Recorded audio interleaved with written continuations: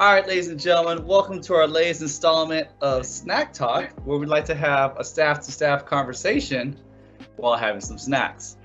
Today we have the one and only Miss H, as many of the students have called her, or call her now, I should say. I call her Sarah from here and there, but honestly, this is Miss Sarah Houghtelin, ladies and gentlemen, our drama teacher here at North High School. Sarah, first and foremost, Mrs. H. Miss H. All the different variations that we call you. What is it you have for your snacks today? I was having some chips, but my kids stole them. They came in and took my chips away. Story of our lives. Kids Yeah. stuff. Just some tortilla chips. Nothing too fancy. That's awesome. All right. So I'm on my health kick again. I got bananas and water. Sad life. Sad life. But anyways. Right? It's good. Stay hydrated out there, ladies and gentlemen, regardless. Okay. All right. Well, that's always our first question. See what we got going. Because this is our lunch hour, ladies and gentlemen. And this is how we have to make our work days work. So it's kind of fun. But first question I have for you. Many people may not know this, but you are also a North alumni. Before coming back to North, what was your career path like? What did you do? Okay, so I actually graduated from North when I was 16, so I graduated a year early. I was supposed to be class of 99, but I graduated in the class of 98.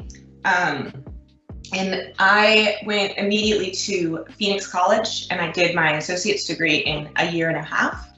So I was way ahead of my other classmates. So I actually took 2 years off and moved to Los Angeles to study Irish dance. So I owned and ran an Irish dance studio for 10 years. And I got my bachelor's degree in dance because I figured I would only ever be a dance teacher. And at some point, I started producing these like really elaborate dance productions, and I was thinking that maybe I kind of missed calling, and maybe theater was more where I wanted to go, especially directing. And so I went back to school and got more training in theater and my teaching certification, and somehow I ended up back at North. It was never really my intention to like end up at North High specifically, but I really wanted to keep working with the teenagers. I think teenagers are the best because when you guys start out, you're 14, you're just little kids, and by the time you graduate and leave North, you're young adults, and that like transition is such an amazing thing. And being a theater teacher, I get to spend all 4 years with some of these students, so I totally get to watch them grow up. And yeah, just like, I think that theater has always been like a part of my life, even from when I was really, really little. So anything outside of the performing arts, I never even considered. And for some reason, teaching it's pretty much been the only job I've ever had. Because even when I was running the dance studio, what was I doing? I was teaching. So just a shift from private dance studio teaching to public school teaching. What inspires you to have the theater teaching part of it as opposed to the dance part of it or anything else? Like, what really stuck out to this part of performing arts being that, especially at North High School? So when I was at North High School, I was really active in the drama club, and our teacher was named Mr. Helmstetter, and a lot of us who are North High alumni still have a close relationship with this person. He was a really, really inspirational figure in our lives, and he was really influential, and so we still talk to him. I go to him for advice pretty often, even though I'm trying to leave him alone a little bit. He's retired, like he really doesn't want to talk to me about drama class. But he does. If he has time, he'll answer questions for me and help me out. But those like years, they were so important. And that drama teacher was just like, he was really good at what he did.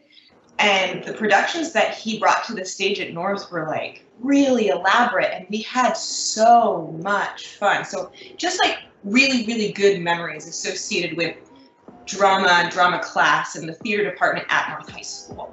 As far as theater specifically, as opposed to dance, like I'm still a dancer. Like I still practice and learn, and I'm still trying to improve my technique in different styles of dance. So it's not like I left dance behind. And whenever I do a production at North, that involves dance, I really enjoy doing the choreography and the teaching. It's just that theater gives me a bigger canvas to paint on. You know, I have a lot more tools to work with kind of creatively. And then teaching theater is a really interesting subject because there are so many different aspects of theater. It's not just acting, it's lighting design, it's costume design, it's makeup. So it's almost like there's something for anybody in a theater class. And it keeps it like from getting a little too boring for me as a teacher too, because I'm not just teaching the same thing all the time, you know? So. Yeah, you gotta wear different hats, many different hats. It's fun though. That stage crew. Oh yeah. Once I got to North and I started teaching at North, I found that I have like a real passion for lighting design. So I've gotten like really into that and really have been trying to work on my skills in lighting design. So. That's awesome. Like most activities on campus, performing arts has taken a hit with, you know, being able to work with students. What are some things that your department is doing now, moving forward, you know, with the current new way of education? We are doing the very best we can to make use of the technology. I know that the music department has some technology that they can use to try to keep the students practicing. But I think that in some sense, the performing arts classes have become like a little bit more theory-based, a little bit more appreciation-based. So the theater students right now are learning more about the history of theater, or we have spent time on up until now, because I just am shifting gears with the classes right now, but we've talked about a lot of history, so like ancient Greece, and I tried to get really far away from Western Europe and like teach about Asia, and try to get the students to see that theater is something that happens all around the world in a lot of different forms, and that the thing that is the most interesting about theater history and about different styles of theater and different world theater traditions is what we have in common as people, like what we find entertaining. You'll find that no matter where in the world you go, the subject matter of these plays is pretty much the same. Like, we find the same thing sad no matter where in the world you are. What your background is, where you're from. It's still sad when a mother loses her child. People fall in love all the time, right? So those are stories that are told regardless of who you are, and it just kind of shows that no matter what, there's more that we have in common as humans than divides us. Right. I would say the first lessons are through storytelling. I think that's many cultures are like that. Right, exactly. Stories get passed on and passed on. So yeah, those are the first lessons. Yeah, so we'll keep coming back to that, but now we're starting to get into like more production and design, which is a little more hands-on, because I don't want to spend all the time on history, right? I'm hoping we can come back soon so that we can like play games, you know, but we'll see. All right, so for Wordplay, I'm gonna give you the scenario and everything else that goes along with it. So for you get to plan a play/musical, all right? And it's gonna be The Wizard of Oz. Oh, a lot of people like that one, right? Okay, so your characters though have to be played by our staff members. Oh yeah, this is gonna be a fun part. So the cast, I'll just go with the general cast. All right, so you got Dorothy, the Witch of the West, Witch of the North, the Scarecrow, Tin Man, Lion, you know, the three companions. And if you want to have a bonus person, Oz. You're making me cast a Wicked Witch out of the people in the staff. Yeah. You're terrible. Yes, yes. By the way, there is a correct way of doing it. What? No, I'm just joking. There is no correct way. By the way, you don't have to go in that order with naming. It's just whoever you feel could be in different spots. Okay. You know how long it takes me to cast a show, right? Plus, I'm going to need Carter Moriarty here because I never cast a show without him. Okay, I'm gonna cast Oz first, and Okay. I think that's got to be Dan Eaton. All right. Good pick. All right. Yeah. Mr. Eaton, sorry. I don't know. I'm going to cast the Scarecrow, Mr. Perry, No. Mr. Perry is the Tin Man. Mrs. Perry is the Scarecrow. All right. This is terrible. I don't like this game. I hate casting everything. All right. Okay. You know what? I'm going to cast myself as the Wicked Witch, and I'm just going to throw myself under that bus, okay? All right. Mrs. Clifton will make her Glenda. I really want to cast Mr. Clemens as Dorothy. We can go with that. And then I just need the lion. Yes. I'm going to go with Miss White. Why Miss White as the lion?